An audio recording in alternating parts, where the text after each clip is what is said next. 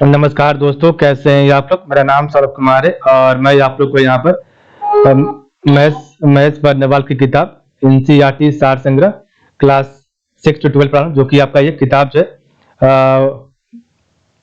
Theory based किताब है। इस किताब से हम लोग एंशिएंट हिस्ट्री ऑफ इंडिया पढ़ेंगे, प्राचीन भारत का इतिहास पढ़ेंगे। ठीक है, तो आज हम आपका चैप्टर नंबर 19 पढ़ेंगे, चोल साम्राज्य के बारे में। ठीक है, तो चलिए स्टार्ट करते हैं। ठीक है, तो देखिए आपके सामने चैप्टर नंबर 19 आ गया और इसका पार्ट नंबर भी और इसका वीडियो नंबर सेकंड है। ठीक है, तो पार्ट नंबर भी और वीडियो नंबर सेकंड पढ़ेंगे।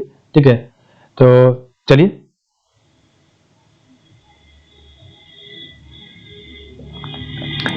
तो चोल प्रशासन, तो आपका जो है चोल प्रशासन के बारे में तो आज हम पढ़ेंगे आपका वीडियो नंबर 2 और पार्ट नंबर भी। ठीक है, चैप्टर नंबर 19 का। ठीक है, तो चोल प्रशासन के बारे में। ठीक है, केंद्रीय प्रशासन का सर्वोच्च अधिकारी राजा होता था। ठीक है, और राजा का पद वंशानुगत था तथा युवराज ज्येष्ठता के आधार पर राज्य का उत्तराधिकारी बनता था। और राजा राज्य भूमि का, तो राजा राज्य भूमि की उपज का 1/3 भाग भू राजस्व के रूप में वसूलता था। ठीक है, तो केंद्रीय प्रशासन का सर्वोच्च अधिकारी राजा होता था और राजा का पद वंशानुगत था तथा युवराज ज्येष्ठता के आधार पर राज्य का उत्तराधिकारी बनता था। और राजा राजभूमि की उपज का 1/3 भाग भू राजस्व के रूप में वसूलता था। ठीक है, नेक्स्ट आपका है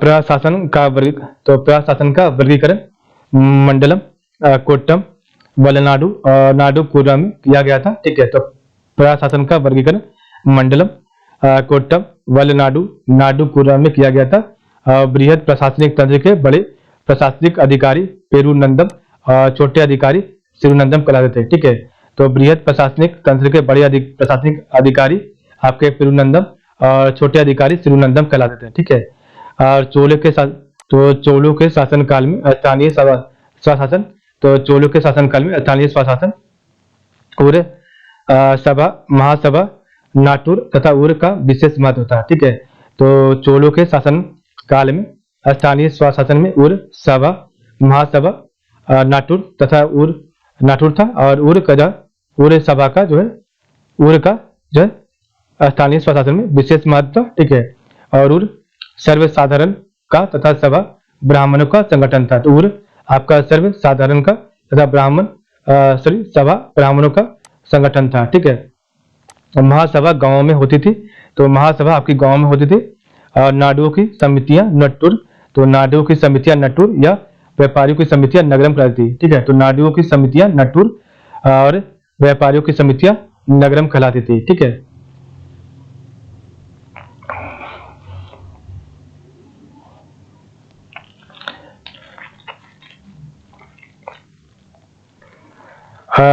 चोल प्रशासन, तो आपका चोल प्रशासन के बारे में पढ़ते हैं। तो आपका इधर विभाग है, इधर आपका अधिकारी है। ठीक है, तो मुंडला मंडली, तो मुंडला मडाली आपका जो है मंडलम का सरदार था। तो मुंडला मडाली आपका मंडलम का सरदार था। कुंदर कोटम, तो आपका कुंदर कोटम जो था दरबार में रहने वाला अधिकारी था।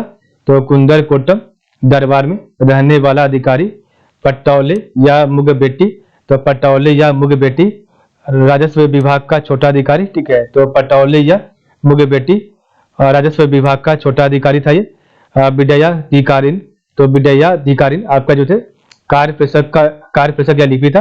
तो विद्याधिकारीन आपका कार्यप्रेषक या लिपि अधिकारी था। मध्यस्थ आपका जो था राजा द्वारा दिए गए अनुदान की देखभाल करने वाला अधिकारी। तो मध्यस्थ राजा द्वारा दिए गए अनुदान की देखभाल करने वाला अधिकारी था। ठीक है, और ओले नायकम, तो ओले नायकम प्रधान सचिव, तो ओले नायकम आपका प्रधान सचिव था। और पदाधिकारी समाचार संप्रेषण लिपि था। विदायामिल आपका जो है भ्रमण अधिकारी था। तिरुवनंतपुरम एक प्रधान कर्मचारी था। और ओलई आपके जो सम्राट की आज्ञाओं का प्रारूप तैयार करने वाला अधिकारी था। ठीक है, तो आपका मंडलम का सरदार, तो मुंडला मडाली। ठीक है, तो मंडलम का सरदार मुंडला मडाली। ठीक है, और दरबार में रहने वाला अधिकारी कुंदर कोटम। ठीक है, और राजस्व विभाग का छोटा अधिकारी पटौले या मुगबेटी और कार्य प्रेषक या लिपि तो विडयाधिकारीन राजा द्वारा दिए गए अनुदान की देखभाल करने वाला अधिकारी तो मध्यस्थ प्रधान सचिव होता था आपका ओले नायकम। तो आपका प्रधान सचिव ओले नायकम। समाचार तो समाचार संप्रेषण लिपि वधाधिकारी था, ठीक है। भ्रमण अधिकारी विदाया मिल कहा जाता था, तो भ्रमण अधिकारी विदाया मिल कहा जाता था, ठीक है। और एक प्रधान अधिकारी तो एक प्रधान कर्मचारी को तिरुवनंतपुरम कहते थे। सम्राट की आज्ञाओं का प्रारूप तैयार करने वाले को ओलैया कहते हैं। तो सम्राट की आज्ञाओं का प्रारूप तैयार करने वाले को ओलैया कहते हैं, ठीक है। तो ये आपका था मुंडाला मडाली, ठीक है। कुंदर कोट्टम, ठीक है। पटौले या मुगेबेट्टी, विडया अधिकारिन, मध्यस्थ ओले नायकम, वधा अधिकारी विदया मिल, तिरुवंदरम और ओलैया, ठीक है। चोल प्रशासन तो चोल प्रशासन की सबसे उल्लेखनीय विशेषता गांव के स्तर पर स्थानीय प्रशासन को बढ़ावा देना था, ठीक है। वेनिसियाई यात्री मार्को पोलो ने 13वीं सदी में केरल की यात्रा की थी और उसका कहना था कि जब राजा की मृत्यु हो जाती है तो उसके सभी अंगरक्षक सैनिक उसके साथ ही चिता में जलकर मर जाते हैं, ठीक है। चोल साम्राज्य तो आपका चोल साम्राज्य मंडलों या प्रांतों में विभाजित था तथा ये मंडलम वलनाडुओं और नाडुओं के में बटे होते थे। तो चोल साम्राज्य मंडलों या प्रांतों में विभाजित था, तो मंडलों या प्रांतों में विभाजित था, ठीक है। ये मंडलम वलनाडु और नाडुओं में बटे होते थे, ठीक है।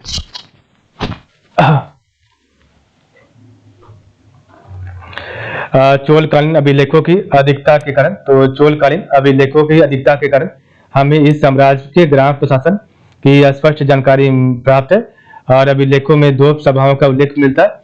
इनमें से एक है रूर और दूसरी है सभा अथवा महासभा, ठीक है। तो आपका चोलकालीन अभिलेखों की जो है आपका अधिकता के कारण हमें इस साम्राज्य के ग्राम प्रशासन की स्पष्ट जानकारी प्राप्त है और अभिलेखों में 2 सभाओं का उल्लेख मिलता है। इसमें एक है उर और दूसरी है सभा अथवा महासभा, ठीक है।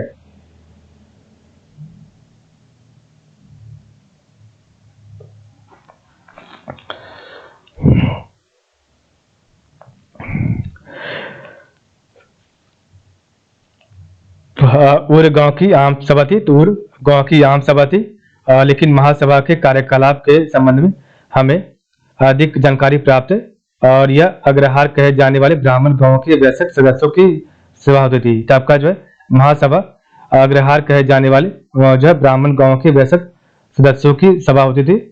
चोलकालीन ग्राम प्रशासन तो चोलकालीन ग्राम गांव प्रशासन की जानकारी प्रांतक प्रथम के उत्तर मेरू अभिलेख से मिलती है। बड़े गांवों को जो है तन्यूर कहा जाता था, ठीक है।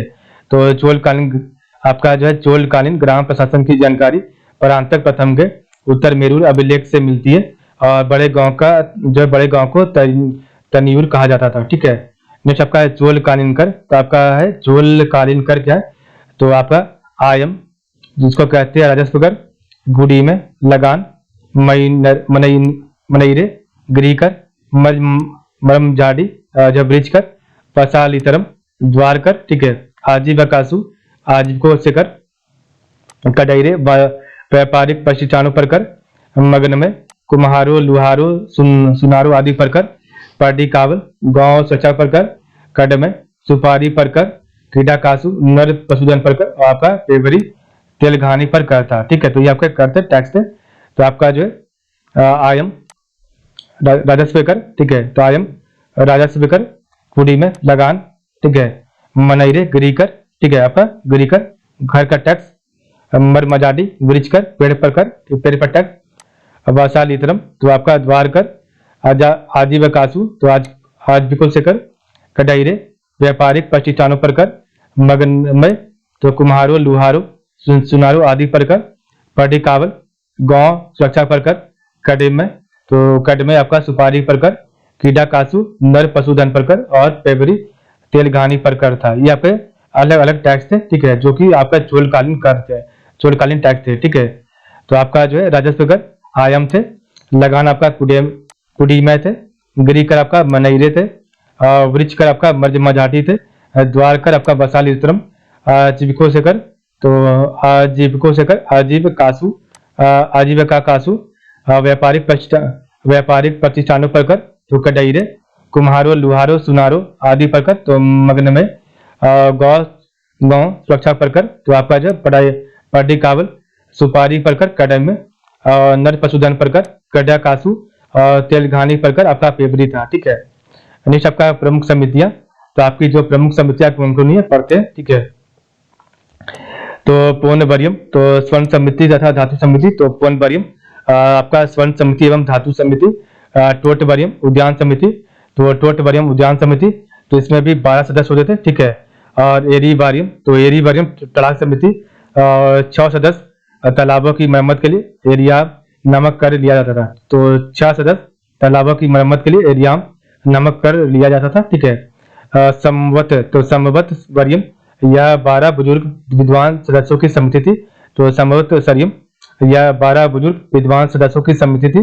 उदासीन वरियम तो सन्यासियों व विदेशियों की देखभाल से संबंधित था।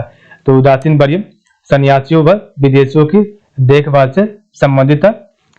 कनकु वरियम तो आपका जो कनकु वरियम जो था यह लेखा जोखा से संबंधित था। तो कनकु वरियम या लेखा जोखा से संबंधित था। धर्म वरियम तो आपका धर्म वरियम या न्याय या विद्या अध्ययन की व्यवस्था करती थी। तो धर्म वरियम या विद्या अध्ययन की व्यवस्था करती थी। न्याय तार वरियम तो न्याय तार वरियम या न्याय समिति थी। ठीक है, कलनी वरियम तो आपका कलनी वरियम या लेखा जोखा की देखभाल से संबंधित थी। मूल परु डयार तो मूल परु डयार या धार्मिक संस्था जो मंदिरों की देख रेख करती थी। गुण वरियम तो आपका ग्राम के कार्यों की व्यवस्था करता था। तो ग्राम के कार्यों की व्यवस्था के लिए आपका गुण वरियम था। ठीक है, तो आपका जो है स्वर्ण समिति तथा धातु समिति, तो आपका स्वर्ण समिति और धातु समिति पौन वरियम, और इसमें भी आपके टोट वरियम उद्यान समिति, तो टोट वरियम उद्यान समिति इसमें भी आपके 12 सदस्य होते थे। ठीक है, और एरी वरियम या फिर आपका तलाक समिति, तो एरी वरियम को बोलते थे तलाक समिति। ठीक है, और 6 सदस्य इसमें थे आपके 6 सदस्य। और तालाबों की मरम्मत के लिए एरियाम नामक कर, तो तालाबों की मरम्मत के लिए आपका एरियाम नामक कर टैक्स लिया जाता था। ठीक है, समवत सबरियम तो समवत सबरियम तो यह 12 बुजुर्ग विद्वान सदस्यों की समिति थी। तो यह 12 बुजुर्ग विद्वान सदस्यों की समिति थी। उदासीन वरियम तो सन्यासियों व विदेशियों की देखभाल से संबंधित थी। तो सन्यासियों व विदेशियों की देखभाल से संबंधित थी। कनकु वरियम तो आपका कनकु वरियम या लेखा जोखा से संबंधित थी। तो कनकु वरियम या लेखा जोखा से संबंधित थी। ठीक है, धर्म वरियम तो यह विद्या अध्ययन की व्यवस्था करती थी। न्यायत वरियम तो यह न्याय समिति थी। कलिनी वरियम तो यह लेखा की देखभाल से संबंधित थी। मूल परु डयार तो यह धार्मिक संस्था जो मंदिर की देखरेख करती थी। गुण वरियम तो ग्राम के कार्यों की व्यवस्था के लिए थी। सदस्यों का चुनाव पर्चियां निकालकर लॉटरी पर पारी के अनुसार किया जाता था, और ये सदस्य प्रत्येक 3 वर्ष बाद अपने पद से हटाए जाते थे। आपके चोल शासनकाल में, तो आपके चोल शासनकाल में दक्षिण भारत का मंदिर स्थापत्य चरमोत्कर्ष पर था, और इस काल में स्थापत्य की जो शैली लोकप्रिय उसे द्रविड़ शैली कहते हैं। ठीक है, इसे द्रविड़ शैली कहते हैं। ठीक है, गर्भगृह के ऊपर, तो गर्भगृह के ऊपर एक के बाद एक कई मंजिलों का निर्माण इस शैली की मुख्य विशेषता थी, और ये मंदिर 5 से 7 मंजिल के होते थे, तथा वे एक विशेष शैली में बने होते थे। ठीक है, जिसे विमान शैली कहता है। ठीक है, तो इसे विमान शैली कहते हैं। ठीक है, तो ये मंदिर 5 से 7 मंजिले के होते थे, और तथा वे एक विशेष शैली में बने होते थे जिसे विमान शैली कहते हैं। ठीक है, मंदिर के मुख्य भवन के सामने, तो मंदिर के मुख्य भवन के सामने सामान्यतः स्तंभों पर बना हुआ एक विशाल कक्ष होता था, जिसकी छत सपाट होती थी और स्तंभों को अलंकृत किया जाता था, और इस कक्ष को मंडप कहते थे। ठीक है, इस कक्ष को मंडप कहते थे, और इन मंदिरों में देवदासियां नृत्य करती थी, और ये देवदासियां देवताओं की सेवा में समर्पित स्त्रियां होती थी। मंदिर के चारों ओर एक विशाल परिक्रमा पथ होता था, जो ऊंची 4 दीवारी से घिरा होता था, और 4 दीवारियों में जगह जगह ऊंचे सिंह द्वार बने होते थे। ठीक है, और जिन्हें गोपुरम कहा जाता था। ठीक है, तो 4 दीवारियों में जगह जगह ऊंचे सिंह द्वार बने होते थे, जिन्हें गोपुरम कहा जाता था। द्रविड़ शैली के मंदिर, तो द्रविड़ शैली के मंदिरों का आरंभिक उदाहरण कांचीपुरम का कैलाशनाथ मंदिर है। तो आपका द्रविड़ शैली के मंदिरों का आरंभिक उदाहरण कांचीपुरम का कैलाशनाथ मंदिर है। और मंदिर स्थापत्य का एक अन्य उत्कृष्ट उदाहरण गंगईकोंड चोलपुरम है। ठीक है, तो मंदिर स्थापत्य का एक अन्य उत्कृष्ट उदाहरण गंगईकोंड चोलपुरम का मंदिर है। ठीक है, नटराज प्रतिमा को, तो नटराज प्रतिमा को चोल कला का सांस्कृतिक निचोड़ कहा जा सकता है। और इस काल में कांस्य मूर्तियां अधिक निर्मित हुई। ठीक है, होयसलों की तो होयसलों की राजधानी हेलीबीड में काफी संख्या में मंदिर बनवाए गए, और इनमें सबसे भव्य होयसलेश्वर मंदिर है। ठीक है, और यह मंदिर चालुक्य शैली का उत्कृष्ट उदाहरण है। इस काल में दक्षिण भारत में मूर्तिकला ने एक नई ऊंचाइयों को स्पर्श किया, और इसका एक उदाहरण श्रवणबेलगोला में गोमतेश्वर का विशालकाय मूर्ति है। ठीक है, नेक्स्ट आपका इस काल में संस्कृत को उच्च संस्कृति की भाषा मानी जाती है थी, और इस काल की एक उल्लेखनीय विशेषता क्षेत्रीय भाषाओं का विकास था। ठीक है, छठी से नवीं शताब्दी, तो छठी से नवीं सदी तक तमिल देश में अनेक लोकप्रिय संतों का प्रादुर्भाव हुआ, और अलवार और नयनार कहे जाने वाले ये संत क्रमशः विष्णु और शिव के भक्त थे। तो छठी से नवीं शताब्दी तक तमिल देश में अनेक लोकप्रिय संतों का प्रादुर्भाव हुआ, और अलवार और नयनार कहे जाने वाले ये संत क्रमशः विष्णु और शिव के भक्त थे। 11वीं सदी में कम्बन, तो 11वीं सदी में कम्बन, वट्टकट्टुन और पुगालेंदी नामक 3 विद्वान रचनाकार हुए, और जिन्हें तमिल साहित्य के त्रिरत्न के रूप में स्मरण किया जाता है। ठीक है, 11वीं सदी में कम्बन, वट्टुकुट्टुन और पुगालेंदी नामक 3 विद्वान रचनाकार हुए, जिन्हें तमिल साहित्य के त्रिरत्न के रूप में स्मरण किया जाता है। कम्बन का काल, तो कम्बन का काल जो विद्वानों की दृष्टि में 11वीं सदी का उत्तरार्ध और 12वीं सदी का प्रारंभिक चरण था, तमिल साहित्य का स्वर्ण युग माना जाता है। तो कम्बन का काल जो विद्वानों की दृष्टि में 11वीं सदी का उत्तरार्ध और 12वीं सदी का प्रारंभिक चरण था, तमिल साहित्य का स्वर्ण युग माना जाता है। ठीक है,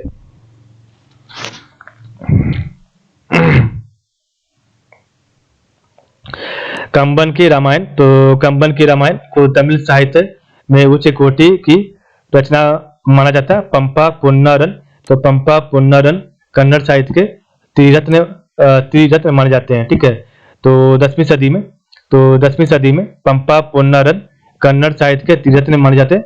और पंपा ने आदिपुराण, तो पंपा ने आदिपुराण, पुन्ना ने शांतिपुराण, तो पंपा ने आदिपुराण, पुन्ना ने शांतिपुराण, और रन्ना ने आपका जो आदित्य पुराण लिखा। ये सभी पुराण तीर्थंकरों पर लिखे गए हैं। ठीक है, तो 10वीं सदी में पंपा, पुन्ना, रन्ना कन्नड़ साहित्य के त्रिरत्न माने जाते हैं, और पंपा ने आदि पुराण, पुन्ना ने शांति पुराण, और तथा रन्ना ने अजित पुराण लिखा है, और ये सभी पुराण तीर्थंकरों पर लिखे गए हैं। ठीक है, नेक्स्ट आपका है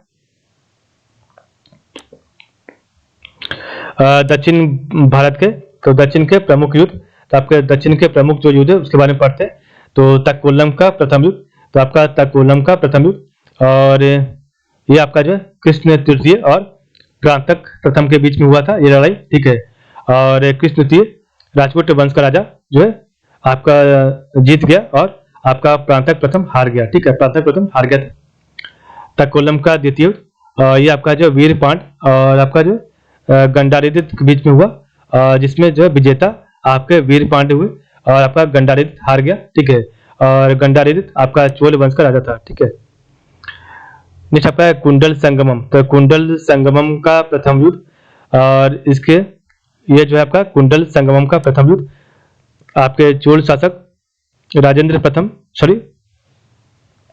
द्वितीय और सोमेश्वर प्रथम जो कि कल्याणी के चालुक्य के बीच में हुआ था ये राजा, ये आपका युद्ध। ठीक है, तो कुंडल संगम का युद्ध हुआ था, और जिसमें जो है आपका राजेंद्र द्वितीय आपका चोल वंश का शासक जीत गया, और कल्याणी के चालुक्य सोमेश्वर प्रथम हार गया था। ठीक है, कुंडल संगमम का, तो कुंडल संगमम का द्वितीय युद्ध, और ये आपका जो है चोल राजा वीरराजन, तो चोल राजा वीरराजन और कल्याणी के चालुक्य सोमेश्वर प्रथम के बीच में हुआ, जिसमें आपका जो है वीरराजन जीत गया और आपका सोमेश्वर प्रथम हार गया था। ठीक है, नेक्स्ट आपका बेलूर का युद्ध, तो आपका बेलूर का युद्ध जो है आपका चोल शासक परांतक प्रथम, तो चोल शासक परांतक प्रथम और पांड्य शासक राज सिंह द्वितीय के बीच में हुआ, जिसमें आपका चोल शासक परांतक प्रथम जीत गया, ठीक है, और आपका पांड्य शासक राज सिंह द्वितीय हार गया था, ठीक है। नेक्स्ट आपका चेबूर का युद्ध। तो आपका चेबूर का युद्ध हुआ था चोल शासक परांतक द्वितीय और वीर पांड्य के बीच में, जिसमें आपका चोल शासक परांतक द्वितीय जीत गया, आपका वीर पांड्य हार गया, ठीक है। नेक्स्ट आपका है कोप्पम का युद्ध। तो आपका कोप्पम का युद्ध जो हुआ आपका जो है राजा धीराज और सोमेश्वर प्रथम के बीच में, कल्याणी के चालुक सोमेश्वर प्रथम के बीच में, जिसमें आपका राजा धीराज की मृत्यु हो गई, ठीक है, और लेकिन वो जीत गया था, लेकिन उसकी मृत्यु हो गई थी। नेक्स्ट आपका मणि मंगलम का युद्ध। तो मणि मंगलम का युद्ध, और इस युद्ध के बाद राजेंद्र द्वितीय को राजा घोषित किया गया, ठीक है, और ये आपका जो लड़ाई हुआ था नरसिंह वर्मन प्रथम, जो कि आपका पल्लव राजा था, तो पल्लव राजा नरसिंह वर्मन प्रथम और वातापी के चालुक पुलकेशिन द्वितीय के बीच में हुआ था मणि मंगलम का युद्ध, ठीक है। तो मणि मंगलम का युद्ध पुलकेशिन द्वितीय, प्रतापी के चालुक और आपका पल्लव के राजा नरसिंह वर्मन प्रथम के बीच में हुआ था, ठीक है। तो तक्कोलम का युद्ध, तक्कोलम का प्रथम युद्ध, तक्कोलम का द्वितीय युद्ध, कुंडल संगमम का प्रथम युद्ध, कुंडल संगमम का द्वितीय युद्ध, बेलूर का युद्ध, चेबूर का युद्ध, कुप्पम का युद्ध और मणि मंगलम का युद्ध, ठीक है। तो आपका तक्कोलम के प्रथम युद्ध में जो आपका विजेता था उसका नाम था कृष्ण तृतीय राजपूत वंश का तक्कोलम का। तो तक्कोलम का द्वितीय युद्ध में जो आपका विजेता था उनका नाम था वीरपांड। और कुंडल संगमम, तो आपका कुंडल संगमम का प्रथम युद्ध, और इसमें आपके विजेता थे राजेंद्र द्वितीय चोल वंश के। और कुंडल संगमम का द्वितीय युद्ध, इसमें आपके विजेता थे चोल वंश के राजा वीरराजन। बेलूर के युद्ध में आपके जो विजेता थे चोल वंश के परांतक प्रथम। और चेबूर का युद्ध, तो इसमें आपके विजेता थे चोल वंश का परांतक द्वितीय। और कोप्पम का युद्ध, इसमें आपके विजेता थे आपके राजा धीराज और इनकी मृत्यु हो गई थी। और मणि मंगलम का युद्ध, इसमें आपके जो है विजेता थे उनका नाम था नरसिंह वर्मन प्रथम, ठीक है, जो कि पल्लव वंश के थे। चालुक्य राजा, तो चालुक्य राजा के दरबार में रहने वाले नरैया ने महाभारत का तेलुगु पाठ तैयार करना आरंभ किया, और उसके आरंभ किए गए कार्य को 13वीं सदी में तिकन्ना ने पूर्ण रूप दिया। तो चालुक्य राजा के दरबार में रहने वाले नरैया ने महाभारत का तेलुगु पाठ तैयार करना आरंभ किया, और उसके आरंभ किए गए कार्य को 13वीं सदी में तिकन्ना ने पूर्ण किया था, ठीक है। नेक्स्ट आपका है चोलकालीन ऐतिहासिक स्थल। तो आपका चोलकालीन ऐतिहासिक स्थल कौन कौन पढ़ते? तो पहला आपका वेलूर। तो वेलूर यहाँ पांड्यों व श्रीलंका की संयुक्त सेना को परांतक प्रथम ने हराया था, ठीक है। तो वेलूर के पास यहाँ पांड्य व श्रीलंका की संयुक्त सेना को परांतक प्रथम ने हराया था। वेंगी, तो आंध्र तट पर स्थित, जहाँ राजराज प्रथम ने पूर्वी चालुक्यों पर प्रभुत्व स्थापित किया था। वेंगी आंध्र तट पर स्थित, जहाँ राजराज प्रथम ने पूर्वी चालुक्यों पर प्रभुत्व स्थापित किया था, ठीक है। उत्तर मेरूर, तो उत्तर मेरूर क्या? तो उत्तर मेरूर यहाँ से चोल वंश, तो यहाँ से चोल वंश से संबंध 909 ईस्वी से 929 के 2 अभिलेख मिले हैं, ठीक है। तो उत्तर मेरूर यहाँ से चोल वंश से संबंध 909 ईस्वी तथा 929 ईस्वी के 2 अभिलेख मिले। गंगई कोंड चोलपुरम, तो गंगई कोंड चोलपुरम, तो यह नगर कावेरीपट्टनम के पास राजेंद्र प्रथम ने उत्तर भारत अभियान की सफलता के बाद बनवाया था। तो गंगई कोंड चोलपुरम, तो यह नगर कावेरीपट्टनम के पास राजेंद्र प्रथम ने उत्तर भारत अभियान की सफलता के बाद बनवाया था। तंजौर, तो आपका तंजौर, तो चोल साम्राज्य की राजधानी, तो चोल साम्राज्य की राजधानी तंजौर, जहाँ राजराज प्रथम द्वारा निर्मित बृहदेश्वर मंदिर है। तो तंजौर जो है आपका चोल साम्राज्य की राजधानी, जहाँ राजराज प्रथम द्वारा निर्मित बृहदेश्वर मंदिर है। अनई मंगलम, तो आपका अनई मंगलम क्या है? तो यह गांव शैलेंद्र शासक को चूड़ामणि बिहार के निर्माण के निमित्त दिया गया था, ठीक है। तो अनई मंगलम यह गांव शैलेंद्र शासक को चूड़ामणि बिहार के निर्माण के निर्मित दिया गया था, ठीक है। नेक्स्ट आपका है नेगापट्टम, ठीक है। तो नेगापट्टम, तो कोरोमंडल तट पर स्थित, तो कोरोमंडल तट पर स्थित, जहाँ शैलेंद्र शासक ने राजराज प्रथम के समय बिहार बनवाया था, ठीक है। तो आपका कोरोमंडल तट पर स्थित, जहाँ शैलेंद्र शासक ने राजराज प्रथम के समय बिहार बनवाया था, ठीक है, नेगापट्टनम में।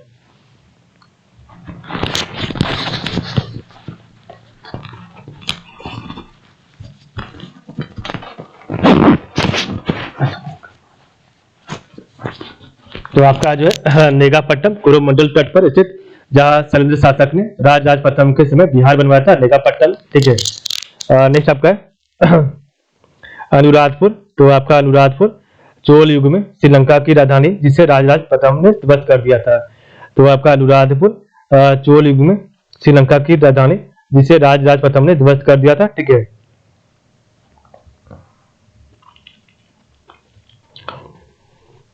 तक्कोलम। तो आपका तक्कोलम, यह 949 में हुए युद्ध में राष्ट्रकूटों द्वारा चोल उत्तराधिकारी और राजादित्य की मृत्यु हुई। ठीक है, तो तक्कोलम में आपका चोल उत्तराधिकारी राजादित्य की मृत्यु हुई थी। ठीक है, सांडी मट्टी क्यू अरब सागर में स्थित क्षेत्र, जहां राजेंद्र प्रथम ने अपना प्रभुत्व स्थापित किया था। ठीक है, नथ मिलाई तो नथी मिलाई या तो यहाँ विजयालय, तो यहाँ विजयालय चोलेश्वर मंदिर के अवशेष हैं। तो यहाँ विजयालय चोलेश्वर मंदिर के अवशेष है। ठीक है, चिदम्बरम, तो यहाँ चोल शासकों का राज्याभिषेक होता था। तो चिदम्बरम, यहाँ चोल शासकों का राज्याभिषेक होता था चिदम्बरम में। ठीक है, और नथ मिलाई, तो यहाँ विजयालय चोलेश्वर मंदिर के अवशेष हैं नथ मिलाई में। कंडलूर, तो कंडलूर क्या आपका, तो त्रिवेंद्रम, तो आपका त्रिवेंद्रम के निकट स्थित, जहां राजराज प्रथम ने चेरो को हराया था। ठीक है, तो कंडलूर त्रिवेंद्रम के निकट स्थित, जहां राजराज प्रथम ने चेरो को हराया था। ठीक है, पोलनरुआ, तो पोलनरुआ, इसे राजराज प्रथम ने श्रीलंका पर प्रभुत्व स्थापित कर उसे अपने साम्राज्य का अंग बनाया था, पोलनरुआ को।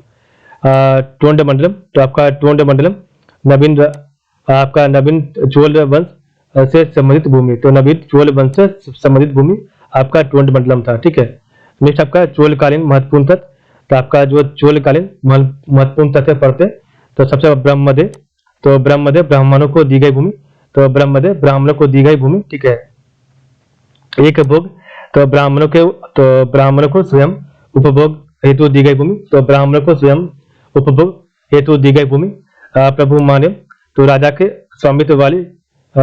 स्वामित्व वाले भूमि का बड़ा भाग, तो जिसे बोलते थे प्रभु मान्यम। ठीक है, अग्रहार या गणभोग, तो अग्रहार या गणभोग, तो यह ब्राह्मणों का सामूहिक भूमि था। ठीक है, कलंजू चोल स्वर्ण सिक्के, तो आपका कलंजू चोल स्वर्ण सिक्के। बनंज व्यापारियों का संगठन। सालभोग, तो शैक्षिक प्रयोजनों हेतु भूमि। वरित्योपभोग राजस्व विभाग की पंजिका। ठीक है, तो ये आपका है, तो ब्राह्मणों को दी गई भूमि को बोलते हैं ब्रह्मदेव। ठीक है, तो ब्राह्मणों को दी गई भूमि को बोलते हैं ब्रह्मदेव। ब्राह्मणों को स्वयं उपभोग हेतु दी गई भूमि, तो एक भोग, राजा के स्वामित्व वाला भूमि का बड़ा भाग, तो राजा के स्वामित्व वाला भूमि का बड़ा भाग, तो प्रभु मान्य।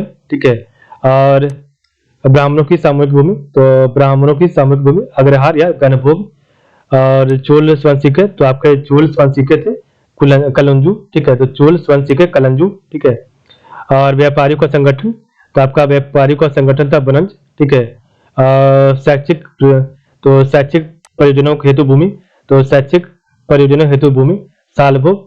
और आपका राजस्व विभाग की पंजिका, तो बड़ी जो पाक था। ठीक है, तो बड़ी जो पाक आपका राजस्व विभाग की पंजिका थी। ठीक है, तो इस प्रकार में पढ़ा आज का वीडियो। तो आज के लिए बस है, कल हमारा चैप्टर नंबर 20 स्टार्ट होगा, मध्यकालीन इतिहास। ठीक है, तो हमारा जो है यहाँ पर आपका एंशिएंट हिस्ट्री ऑफ इंडिया, प्राचीन भारत का इतिहास कंप्लीट हो गया। कल से हम आपका जो है चैप्टर नंबर 20 स्टार्ट करेंगे। ठीक है, तो चैप्टर नंबर 20 आपका आएगा, जो कि आपका मध्यकालीन भारत का इतिहास आपका शुरू होगा। ठीक है, तो आपका प्राचीन भारत का इतिहास समाप्त हो गया है। ठीक है, तो आप लोग का बहुत बहुत धन्यवाद।